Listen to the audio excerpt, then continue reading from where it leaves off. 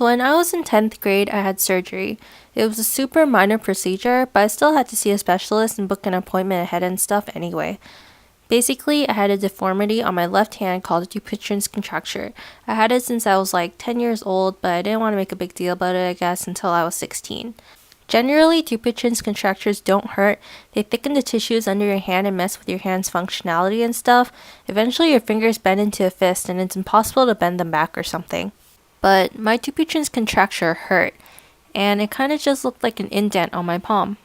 When I was 10 and I first developed it, I literally thought it was a wind tunnel, and I was like Moroku, and I would fall into a well and travel to Field Japan to help Inuyasha retrieve the Shikon jewel shards, and then my Dupuytren's contracture hurt because I had to suffer the consequences, but eventually we would defeat Naraku, my wind tunnel would go away and not take 190 episodes to get to that point.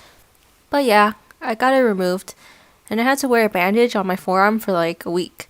Around that time though, we started the swimming curriculum in gym class, and of course I wasn't able to participate for a week, so my gym teacher sent me to the library instead.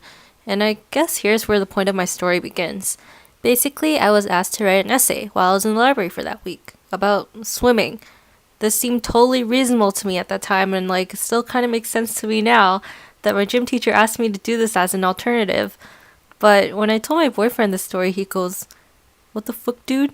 You wrote an essay for gym class?" And I'm like, yeah, I read books about swimming and like I researched the history of swimming and the different types of swimming, and it was like 1,000 words about swimming.